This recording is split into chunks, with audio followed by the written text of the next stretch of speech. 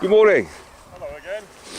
Once again, can you please go back? Well, we're on the National Trust property, aren't we? No, you're very mixed up about this triangle business. Well, we only got the information from your staff. Well, I can assure you that what you were told was totally wrong. Okay, Ben, what's happening, mate? Well, now we're going to call Claire or Rene at the press office. I've got the number, which is there, and that's the press office for English Heritage. So if you'd like to call and ask for Kevin, you'll be my guest. He's a lovely chap, and he didn't know anything about the stones, or he didn't know anything about the infrastructure, and he didn't know anything much about much. But He was only the manager, though, wasn't he? he was only the manager, so he was a nice chap. And just over the side here, we've got the Army Lynx helicopter.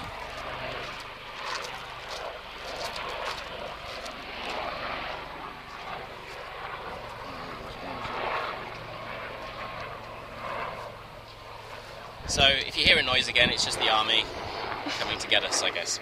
Okay, here we go. The number's already dialed because I don't know how to use a mobile phone, obviously. And I'll try and put it on speakerphone. As we go, right. Here we go. Oh, hello there. My name's Ben Fellows. Can I speak to Claire, please? To who, sorry? Can I speak to Claire? I don't think anyone knows that name. Who's talking, sorry? I'm Ben Fellows. I'm a journalist. I'm here at Stonehenge, and I've just been given a card by one of your managers, a Kevin Barrow, and asked to call the press office because we'd like to have a chat about someone. I'll put you through to my colleague Rene. She's Oh, here okay. to help you. Brilliant, thank you. Speak to Rene now, because Claire doesn't exist. Hello, Ben. Oh, hello there. How are you? I'm alright. How Good. can I help? Well, I'm doing a walk against corruption, going from Plymouth to London, about lots of other issues and what have you. Anyway, we've stopped off at Stonehenge, and I've never been here before, and we're making a documentary at the moment about obviously our journey and what have you. And I thought it would be really nice to have someone take us around and explain what the stones were. And obviously, there's been some questions that have been put to us that they would like me to put to you guys. What are those questions I can perhaps answer? Oh, okay, sure.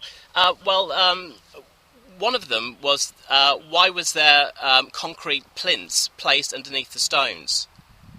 Why were concrete plinths placed beneath which stone? Stonehenge. I think... I don't know the answer to that. I think if you can email me those questions, I could find someone to answer those questions much better than I can. Oh, actually, I did email English Heritage this morning. Who did you email to? It was the contact us form on the website. So what's the email address that you emailed to, Ben? It was the contact form on the English Heritage website regarding Stonehenge. Right.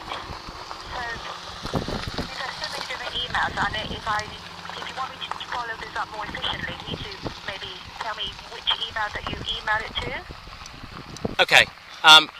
If you go to the English Heritage website and look up Stonehenge, because obviously all the monuments and castles and things come up. Yeah. If you go to the Stonehenge bit, it will have a Contact Us button. If you press that button, it will then have a list of saying name, address, telephone number. Well, I'm going to check down who monitors that email. I'm going to get someone to answer your questions. Oh, okay. Can I give you some more then? Throw me an email because I don't want to take it down because I want you to email me with those questions because that is the easiest way to deal with inquiries as far from my experience. If you could email me, that would be great. Great. So I can't. I'll give you my email to you. Well. Yeah, okay, I'll take them down. Okay, But great. I'll try my best. Yeah, no, and I'll email you. You've got to understand that I'm in the middle of Stonehenge with very limited broadband, so and battery. So if we could have the conversation on the phone, look, you can call me back by all means. That would be great. The thing is, some of these questions are not really, they probably need an expert to come up with the answers. For example, why were there concrete plinths at Stonehenge? I mean, there might be historical reasons. It may be in the 20s there were archaeological excavations that upset the stones and they need some propping up. Oh, okay. I mean, I have no idea why, but there must be a reason, but they are not necessarily information that I could just rummage through and find out immediately. I understand that. Okay, also another question I've been asked to ask is why have the ancestors been dug up and are sitting in a box in Sheffield University? You emailed to email that to you, because the excavation is not actually done by English Heritage, it's done by a professor called Mike Parker Pearson, but I have that information Right, and is he given permission by English Heritage and the government to do that? He's given permission by the Ministry of Justice, because if you have to excavate human remains, you will have to have a license from the Ministry of Justice. Right, that's what I thought. And also, I was just looking at the queues of people, and obviously, and what we've heard, and I don't know if this is true or not, but maybe you can answer this, or when I put it in an email to you, perhaps you can answer it. Is that when there's a guy in the 30s who bought this as an anniversary present for his wife? Are you aware of that? Say that again, then? There was a guy in the 30s who bought Stonehenge as an anniversary present for his wife. I don't know that. Oh. I just know that Mr. Chubb, I think, gave it to the nation. That's right. Right. I don't know what that was. Maybe probably not in the 30s, but I need to look into that. Okay. I don't have the answers right now. So the question being is that if it's given to the nation, how is English Heritage charging £8 a ticket? That's a separate thing. I mean, it was given to the organisations that predate English Heritage. So we came into existence in 1984, and we are government funded, and the funds that we get from the government is by no means enough to look after 420 sites in our care, and so charging for some of these sites will help in the conservation of these sites. Right. Is it only is it all the sites that you charge for, or is it just the national monuments? 420 sites in our care, and we only charge for about 200 something of them. Many sites are free, actually. Oh, would English Heritage consider making Stonehenge free?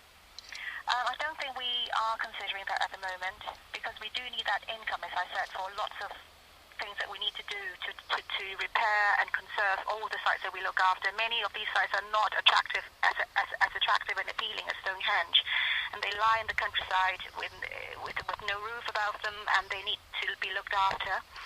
And so, because some of the commercial income that we generate from places like Stonehenge or Dover Castle, more of these popular sites will really help help us to do that job, to look after the less popular sites. Right. Okay. And just looking at the sort of the infrastructure that you're building here, what is actually English Heritage responsible for, and what's the common land around here? We are responsible for the immediate land around the stones, but the wider land is owned by the National Trust. Right. So I can't, we've got no map in front of us, but if you imagine the really immediate sort of land just surrounding the triangle of the stones, then it is managed by English Heritage right next to the monument, but the wider fields around Stonehenge is actually owned by the National Trust. Okay, brilliant. And so obviously you're responsible for the car parks and the turnstiles and all that kind of thing. Yes, we are. Yeah. Who would I need to speak to about trying to sort of, perhaps, getting Stonehenge, free admission for everyone? Because I can see thousands of people here. I suggest you write to Lorraine Knows. Okay. Yeah. Brilliant. Should I give you her email? Oh, that would be absolutely fantastic. Thank you. Yeah, it's Lorraine with one R. Yeah. And it's dot. Yeah. Knows, Knowles. Okay, brilliant. That's. At English. Yeah. Heritage. Sorry, just repeat that again for me. So it's Lorraine.knows. Yeah. At English. Yeah. Yeah. Heritage. Yeah. .org. Yeah. .uk. Okay, brilliant. And just one quick question. Who owns English Heritage? Are the shareholders? It's a government quango, so it's the government who grant aided us. We are sponsoring department is Department of Culture, Media and Sport. Okay, brilliant. Thank you. Thank you ever so much for your time. It's been a pleasure talking to you. Don't worry. Okay. Bye. Thanks. Bye-bye.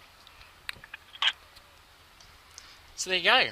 So from the horse's mouth, from the press office, it doesn't look like they're going to let us in to have a little look-see around, other than paying £8, which is a bit disappointing, I think. But anyway, so she doesn't really know a lot of anything, and so I'm going to email her now, and hopefully an expert can tell me why the stones have been moved and why there's concrete plinths underneath it.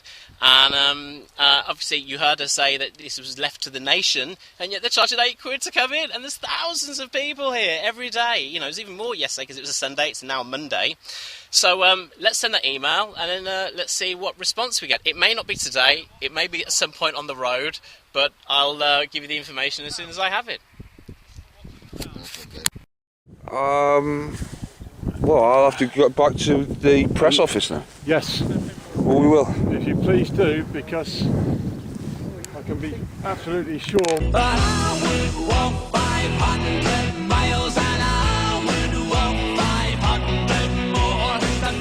Stonehenge is liberated.